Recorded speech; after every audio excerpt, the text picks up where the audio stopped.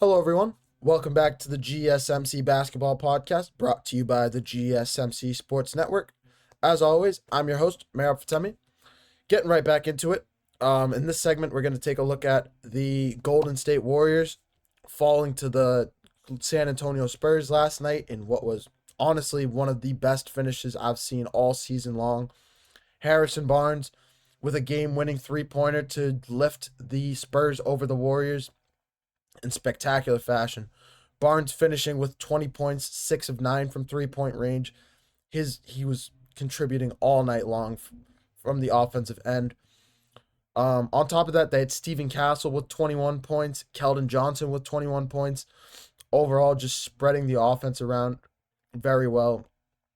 Everyone pretty much getting a bite of the apple, as I like to call it, and just great unity from this team, unselfish, and just playing great basketball down the stretch with a couple games left in the regular season. But this is less. Before I get deeper into the Spurs side of things, I kind of want to take a look at the Warriors first.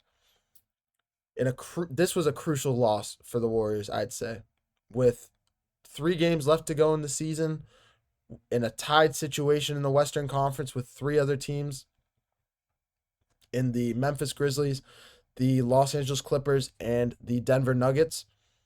This was a crucial loss. It's not.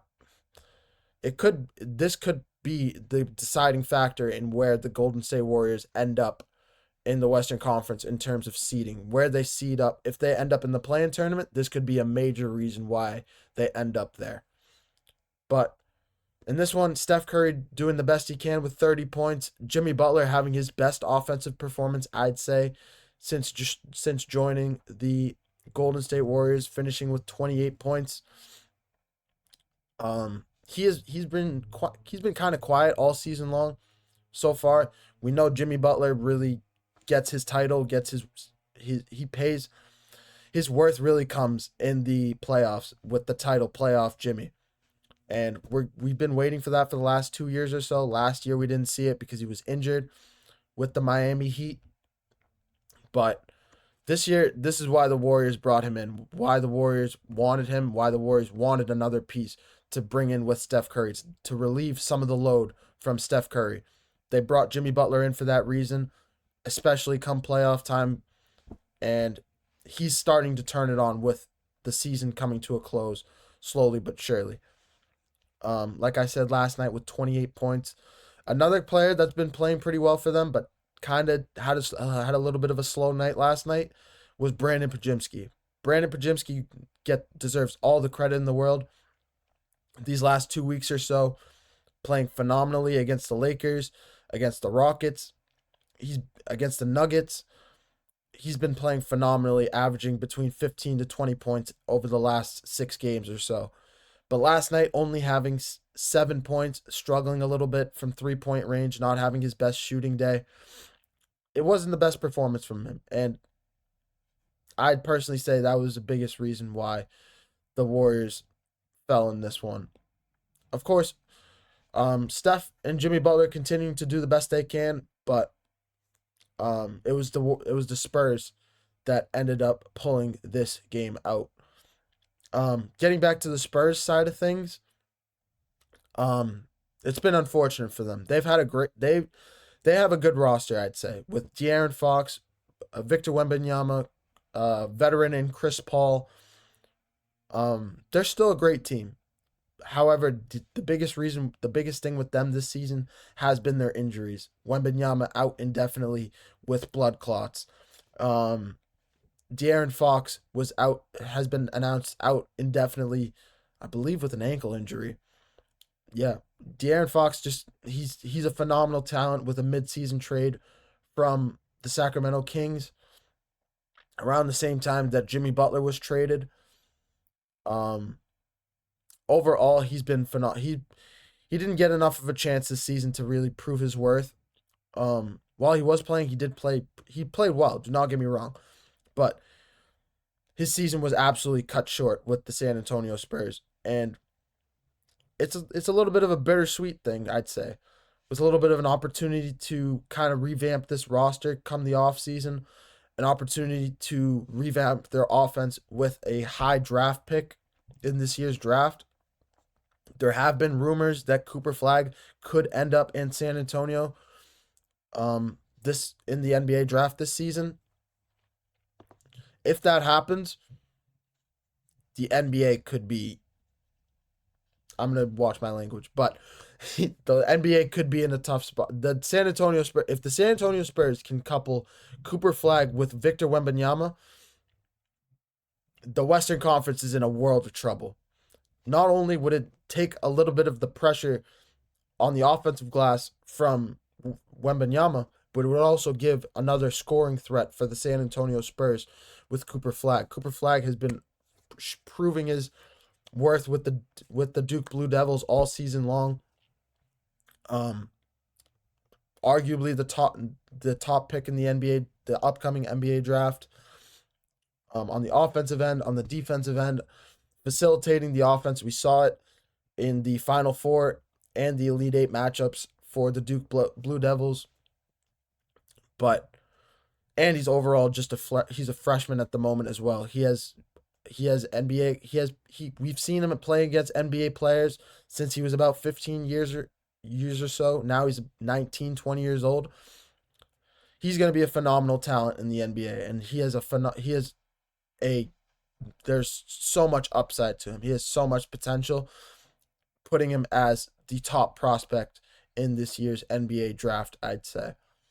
But overall, like I said, this game overall is more about the Golden State Warriors, I'd say, than the San Antonio Spurs. The Spurs long eliminated from this year's NBA playoffs. Like I said, with the injuries to Wembanyama, to De'Aaron Fox, it's been really hard for them to kind of come back from those. Steven Castle's done phenomenally for them, a rookie out of UConn. He's arguably the favorite to win the Rookie of the Year awards this season, and he's played phenomenally all year long. He hasn't been starting as much, but he comes off the bench and he's been playing phenomenally all year long. But yeah, him with Keldon Johnson, Devin Vassell, De'Aaron Fox has not played this season, but they have a very young core of guys, and coached under Greg Popovich. Unfortunately, he's been out this season, but overall, when Greg Popovich comes back, the Spurs could be extremely formidable next season. And additionally, one last thing, two things. First, I think they're gonna have a off-season acquisition in this summer. They're gonna get some. I don't know exactly who they're gonna get. They should go after a player like a Zach LaVine, or even a Josh Hart, maybe trading for a Josh Hart from the New York Knicks, an OG Anunoby, just like a solid role player a solid two-way player that they can get to add into their lineup. They don't need a top guy to come with De'Aaron Fox or Wembanyama. Let that core group kind of grow, as they're extremely young at the moment. But getting a seasoned veteran like a Josh Hart, a Jeremy Grant maybe from the Portland Trailblazers, a Tim Hardaway Jr. I'm trying to think of anybody else off the top of my head. Maybe even a Karis LeVert, a shooting guard, with just anybody with some veteran experience, and Al Horford potentially, just somebody that can anchor that offense, anchor that locker room, and just be a voice to the young guys and help them grow and prosper into that team overall. That was my first thing. Second thing is it's not too much of speculation. We did see Greg Popovich with a little bit of a health scare earlier this season that's put him out indefinitely as the head coach of the San Antonio Spurs. It's not announced yet, but there is potential that he could be out, as he could retire after this season, just overall because of his health. He's been coaching in the NBA for two decades plus at this point. He's probably the longest standing, and he's by far the longest standing NBA coach in the NBA at the moment. But if he does end up retiring, there was a guy that was just fired out of Denver that could be an unbelievable replacement. Coaching with Nikola Jokic, he could be phenomenally coach. He could be exactly the guy you want to coach Victor Wembanyama as he continues to grow as an NBA player, as well as Cooper Flag. Two tall talents, two big men, power forwards that can play the position very well. Cooper Flag that can stretch the floor extremely well. Um, I think Mike Malone would be a perfect fit in San Antonio and really just be a voice in the locker room. Give them the similar aspect, like I said, with the offseason acquisition with a season, if they can get a seasoned veteran in that locker room. Mike Malone can be a similar voice to that, just being a voice, being able to guide the young players, and just coach them up. As obviously Mike Malone winning a championship with the Denver Nuggets 2 years ago, I personally think he would just be a unbelievable fit with that team if he decides to go there. If the San Antonio Spurs decide to pursue and sign him, but I'm going to take another short break. When we come back, we're going to take a look at the Denver Nuggets. Funny enough, they've had their first game since the Mike Malone firing, taking down the Sacramento Kings 124 to 116. When we come back, we're going to take a look at that game and how the Denver Nuggets and Kings overall, both teams in the play-in and playoff at the moment, how they stack up. When we come back, we're going to take a look at all of that.